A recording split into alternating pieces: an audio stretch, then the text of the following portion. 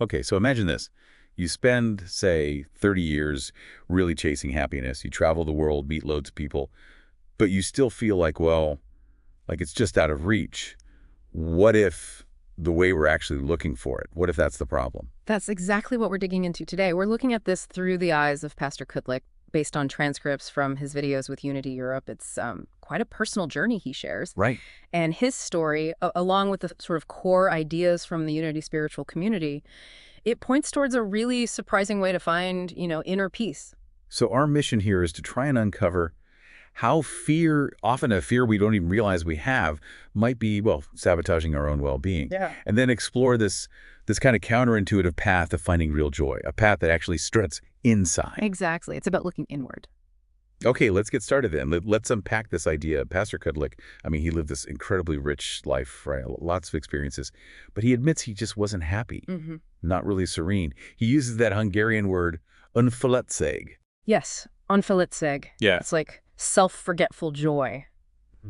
Pure presence, almost. Right. So how does someone with, all that external stuff going on come to realize that was missing? Well, what's really fascinating, according to him, and he saw this in others too, was that the root cause of this lack, this missing serenity, was fear. Fear. Yeah, but not just specific phobias. It was more like a constant, often unconscious need to control things, trying to manage the parts of life where the fear actually lives, but without even naming the fear itself. Right. So it's this underlying hum of anxiety driving the need for control. But did he have a moment where it clicked for him personally, like tracing it back in his own life? He did, yeah. Pastor Kudlik pinpointed his own deep fear back to a profound sense of insecurity from his first 25 years in Hungary. Oh, okay. And this insecurity created what he called a constant state of excited fear. It sounds strange, excited fear, but it became part of his makeup, his nature. And from that place, he then spent years trying to control, well, everything. Events, people, situations, even himself. Trying to dictate what could and couldn't happen. That just sounds exhausting. It led to what he described as a continuous state of effort and tension. It really shows how subtly fear can just take over your life without you even noticing it's there. Yeah, I think a lot of us can relate to that feeling, that instinct to control when we feel scared. It feels like self-preservation, doesn't it? So what was the big hurdle for him in letting go of that control? How did he see it was, well, pointless? He found out, I think often the hard way, that you really can't change other people. Or environments, for that matter. He had moved around a lot himself. And the feeling followed him. Exactly. The core issue remained. He also realized that these specific fears and anxieties, they're often really complex, automatic, often rooted way back in childhood. You can't just decide to switch off a reflex like that. Direct control just isn't possible. So, okay, if controlling the outside world or even trying to wrestle your own anxieties into submission, if that didn't lead to happiness, where did he look next? What was the shift? Well, his path took a big turn towards spiritual study and meditation. And this is where he encountered a pretty radical idea. Letting go, or as he puts it, surrendering to the divine energy within, the inner God. Surrendering. Yeah, and he fully admits this felt completely wrong at first. Counterintuitive. I mean, he was used to being the one in charge, the master of his life, Yeah, that phrase inner God is interesting. And surrendering can sound passive, like giving up. For many, the word God itself might bring up images of some external force. How does Unity make this feel empowering, like you're not just handing over control to something else? That's a really key point, and where Unity's view is quite distinct. They don't talk about an external judge figure, the old man in the sky kind of thing. Right. Instead, it's described as an energy, a fundamental quality they call lovefulness, or szeretetelség in Hungarian. And this energy is in everything, including us. Lovefulness, I like that. Yeah, and it doesn't have human traits like judging good or bad. It's not punishing or rewarding in our sense. It just is. It represents unity, a higher state of being. And crucially, it's seen as the direct opposite, the healer of fear. So when Pastor Kudlik talks about surrendering, He discovered he wasn't surrendering to someone else or some outside deity. He realized he was surrendering to a higher part of his own being. okay. A kind of higher level spirituality within himself that's already connected to this divine energy. A part of him that operates without fear and sees the bigger picture, the wholeness. Okay, that reframes it completely. It's not external submission, it's internal alignment.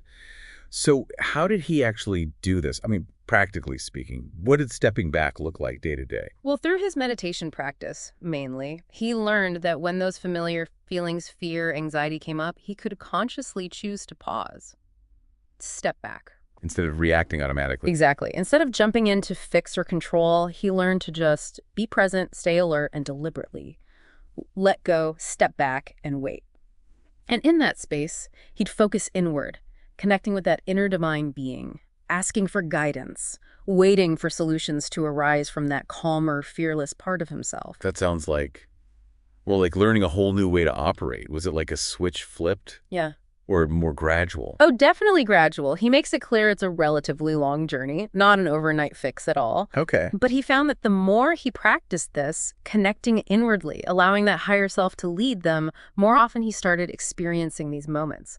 Moments of feeling genuinely happy, calm, safe, like everything was actually okay. It wasn't a constant state then. No, and that's a key insight. It wasn't about achieving some permanent state of bliss. It was more about increasing the frequency of those moments, a kind of quiet revolution happening inside.